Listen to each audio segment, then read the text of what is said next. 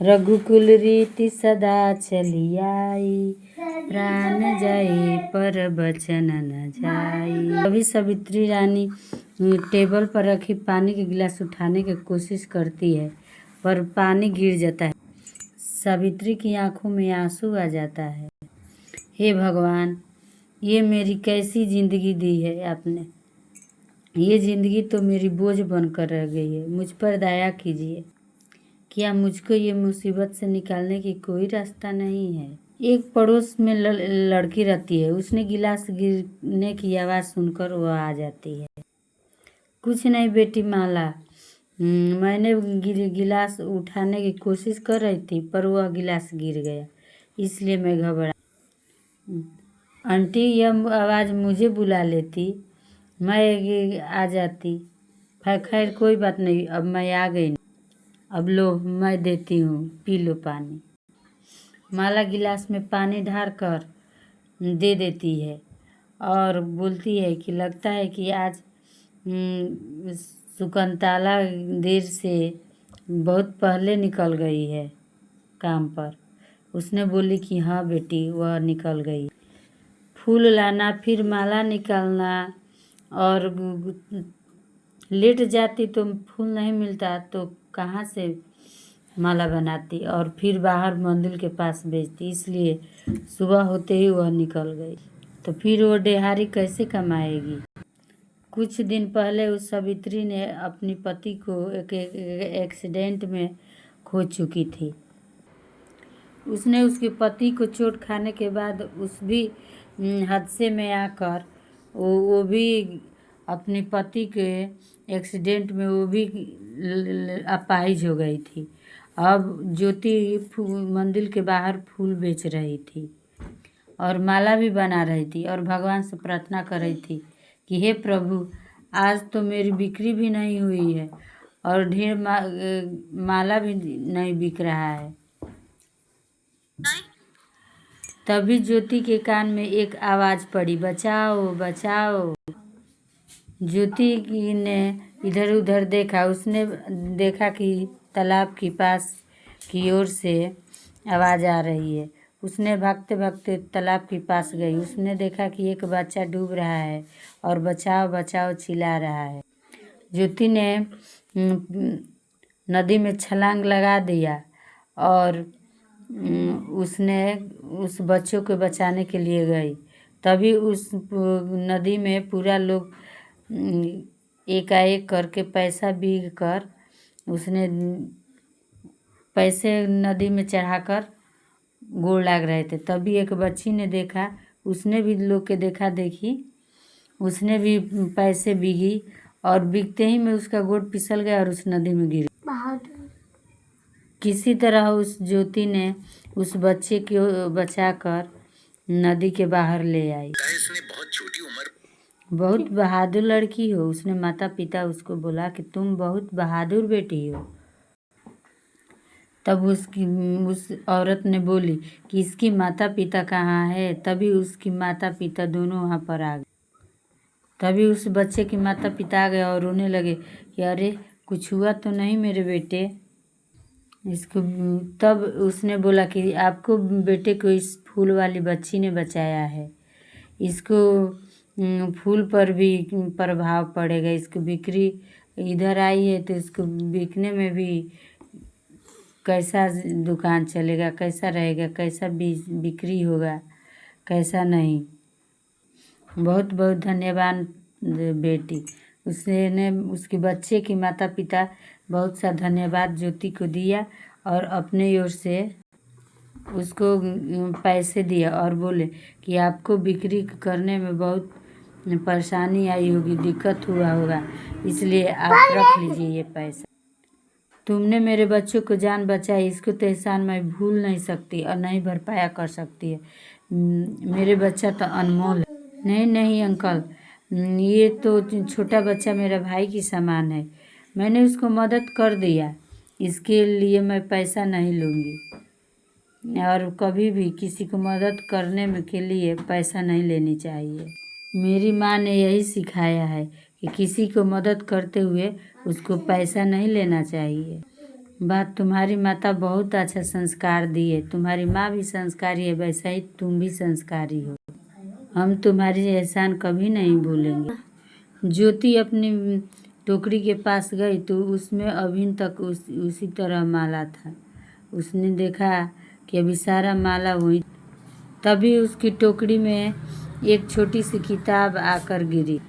तभी उसकी टोकरी में एक छोटी सी किताब आकर गिरी। उसमें हनुमान चालीसा था।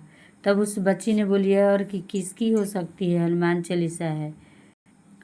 तभी एक बूढ़ा ब्राह्मण आया और बोला कि ये हनुमान चालीसा किताब मेरा है। मैंने हनुमान चालीसा का किताब बेचती हूँ और अपने घर की खर्चा चलाती हूँ। तब उस बच्ची ने हाथ को उठाया किताब और बोला कि लो बाबा, ये तुम्हारा है किताब। तब उस ब्राह्मण ने बोला कि नहीं, इस हनुमान चालीसा का किताब मैं नहीं लूँगी। कभी मेरे हाथ से किताब नहीं छूटा है। आज तुम्हारे फूलों की टोकरी में यह हनुमान चालीसा का किताब गिरा है तो ज़रूर भगवान श्री राम का मर्जी होगा जो तुम्हारे फूलों तक मेरी किताब को चौपाया। ये तुम रख लो, तुम इसे सुबह शाम पढ़ना। हाँ बिटिया, साधु ने बोला, हाँ बिटिया, ये हनुमान चालीसा 40 दिन पढ़ने से सारा संकट दूर हो जाता है और घर में सुख शांति समृद्धि आती है। हनुमान जी उसी प्रकार से उसको रक्षा करते हैं जैसे हनुमान जी ने लक्ष्मण जी को संजीवनी बूटी लाकर उसके मदद की थी और उसके प्राणों की रक्षा की थी। जी बाबा, पढ़ना तो आता है। ब्राह्मण ने बोला कि क्या बेटी, तुम्हें हनुमान चालीसा पढ़ने आता है ना? तो उसने बोली, ज्योति बोली कि हाँ, पढ़ना तो आता है। तब उस बूढ़ा ब्राह्मण बोला कि इस बुक के किताब तुम चाहो तो कुछ फूल दे दो कि मैं श्री राम प्रभु के चरणों में चढ़ा दूँ। तब उस ज्योति ने बहुत खुशी मन होकर उसने फूल दे दिया, जिसे उस ब्राह्मण ने श्री राम प्रभु के चरणों में चढ़ाई। तब ज्योति ने सोचने लगी कि ये तो मैं कर सकती हूँ। रोज सुबह शाम के बेरा मैं हनुमान चालीसा इसी मंदिर में पढ़ूंगी और मेरी भी किस्मत का दरवाज़ा खुल जाएगा और मैं भी आगे बढ़ने लगी। ज्योति ने अमल भी किया और करने भी लगी। रोज़ शाम को घर जाने से पहले महावीर जी के मंदिर में जाकर हनुमान चालीसा की पाठ करती, तब घर जाती। तब मंदिर से आकर अपनी माँ को भोजन दिया। तभी उसकी नज़र पड़ी अपनी माँ की फटी साड़ी पर। ये देखकर उसकी माँ की फटी साड़ी देखकर उसकी आंख में आंसू आ गए। तब ज्योति ने रोने लगी। तब उसकी माँ बोली, बेटी तुम क्यों रो रही हो? तब उसने बोली कि माँ, इतना मैं कोशिश कर रही हूँ, फिर भी मैं इतना नहीं कमा सकती जिससे मैं तुमको एक साड़ी भी खरीद सकूँ। तब उसकी माँ बोली, नहीं बेटी, ये कैसी बात कर रही है? तुम जो कर रही हो यही बहुत है। तब वह अपनी माँ से कहने लगी कि हे माँ, आज बहुत शुभ घटना हुई। एक ब्राह्मण की हाथ से मेरे फूल की टोकरी में हनुमान चालीसा का पाठ गिर गया और उस ब्राह्मण ने बोला कि रोज़ शाम के हनुमान चालीसा की पाठ करना, तुम्हारी 40 दिन पूछते ही तुम्हारा सब सुख शांति आ जाएगा, घर में सारे दुखों की पर्दा हट जाएगा। और मैं आज से शुरू भी कर दी हूँ। आज ही से मैंने हनुमान चालीसा की पाठ मंदिर में पढ़ना शुरू कर दी हूँ। अब देखना हमारे भी भाग चमक जाएगा। तब अपनी माँ को भोजन कराया और दवाई खिलाकर सोने चली गई और सुबह गई और मंदिर में जाकर हनुमान जी के सामने बैठकर हनुमान चालीसा पढ़ने लगी।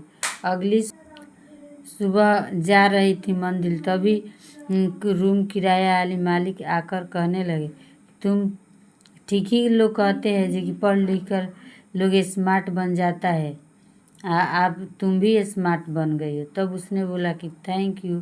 फिर बोला कि ये बताओ कि क्या हुआ?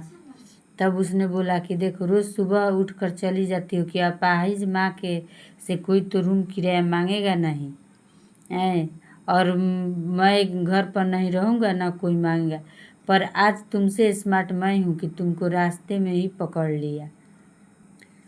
तब उस ज्योति ने बोला कि सेठ जी, आप तो जानते हैं कि हमको तो खाने की दाना नहीं है, तो हम किराया कहाँ से देंगे, इसलिए कुछ दिन की और मोहलत दीजिए और मैं धीरे धीरे करके आपको किराया जुटाने की प्रयास करूँगी। मैं सुबह इसलिए उठकर जाती हूँ क्योंकि हनुमान जी के मंदिर में जाकर मैं हनुमान जी का पाठ करती हूँ। तब उस रूम किराया वाली ने बोला कि हंसकर बोला, अरे बेटी, तुम मुझ पर रहम करो, मैं भी तो इसी तरह किराया देकर लोगों से मैं मांग कर अपने घर की खर्चा चलाती हूँ, और मुझे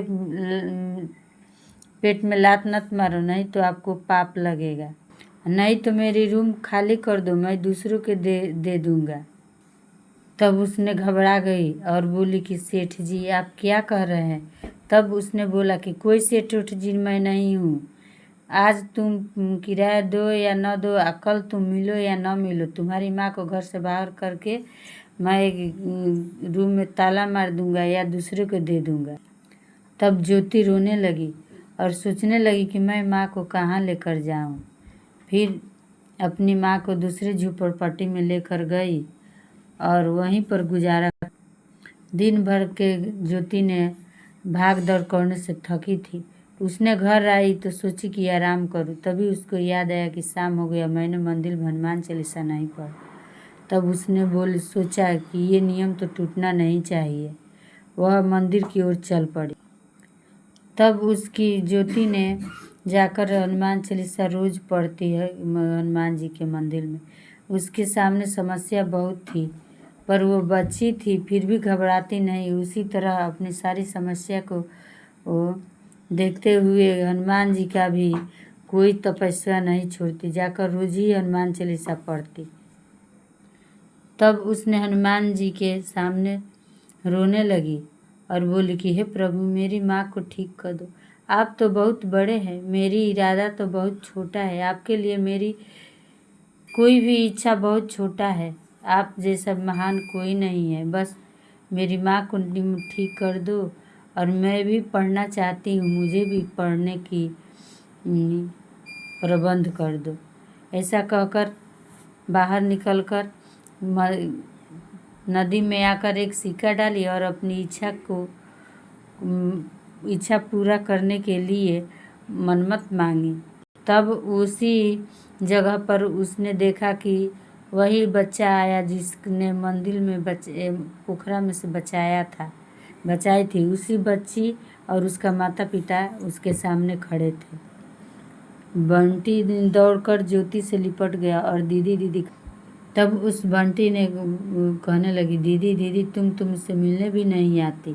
तब उसके माता पिता ने बोला कि कल रक्षाबंधन है। उसने बोला है कि मैं अपनी दीदी से राखी बनवाऊंगा जिसने मेरी जान बचाई है। ये तो बात सही है कि जिसने उसकी दीदी ने जान बचाई है उसके रहते हुए दूसरा किसी से नहीं राखी बनाएगा, ये तो सब ठीक है। तब ज्योति ने बोला कि हाँ हाँ बंटू, मैं आऊँगी। बंटी ने बोला कि दीदी कल रक्षाबंधन है, तुम आओगी ना। तो उसने बोली कि हाँ हाँ बंटी, मैं आऊँगी। रक्षाबंधन के दिन ज्योति ने जाकर बंटू को राखी बांधी और इससे उसके माता पिता बहुत पसंद हुए, खुश हुए। और तब उसने बोला, बंटी के माता पिता बोले कि क्या ज्योति तुम स्कूल जाती हो क्या। तब उसने बोली कि नहीं, मुझे तो अभी अपनी माता के लिए और अपने लिए कुछ कमाना होता है, इसलिए पढ़ने नहीं जाती। तब बंटी के माता ने बोला कि जब बंटी जाता है पढ़ने तब तुम भी जाओगी स्कूल। तब बंटी ने बोला कि हाँ दीदी, हम दोनों साथ साथ स्कूल जाएंगे। ज्योति बोली, पर मेरी माँ को तो देखभाल करनी होती है ना। तब उसने बोला कि तुम्हारी माँ को हम देखभाल कर लेंगे और उसको इलाज भी हम करवा देंगे। ज्योति बहुत खुशी से रो पड़ी। उसने सोचा कि हनुमान जी ने मेरे सारी संकट हर लिया। तब उसने हनुमान चालीसा की पोथी बांटने लगी और सोचने लगी कि जिस तरह मेरी दुख हनुमान जी ने हर लिया, इसी तरह सबकी दुख हरनी चाहिए। आने जाने वाले लोग सारे लोग ज्योति से हनुमान चालीसा की पाठ लेते हैं और अपनी माथे से लगाते हैं। तब ज्योति को जिसने हनुमान चालीसा दिया था वही बाबा पर नज़र पड़ी। उसने जाकर बोली, प्रणाम बाबा, ठीक आप बोला था कि हनुमान चालीसा से ज़िंदगी बदल जाता है, मेरी भी ज़िंदगी बदल गई। तब उसने बोला कि इसमें तो तुम्हारी भी हिम्मत है। जो कोई भी नियम एक पर रहकर और काम किया जाता है वह उस काम में ज़रूर सफलता मिलती है। तुम्हारे हनुमान चालीसा पढ़ने के समय तुम्हारी कितनी परीक्षा हनुमान जी ली, कितना परेशानी आई, फिर भी तुमने उस परीक्षा में सफल हो। बाबा, मैं आपकी कृपा कभी नहीं। तब उसने बोली कि तुमने हिम्मत बहुत राखी और हनुमान चालीसा का पाठ करती रही। हनुमान जी परीक्षा लेते हैं। जब भक्त उसकी चरण में साचा दिल से कोई भी परेशानी को सामना करते हुए उसने भगवान की शरण में हनुमान जी की चरण में जाकर गिरता है, उसको हनुमान जी अपने सीने से लगाते हैं।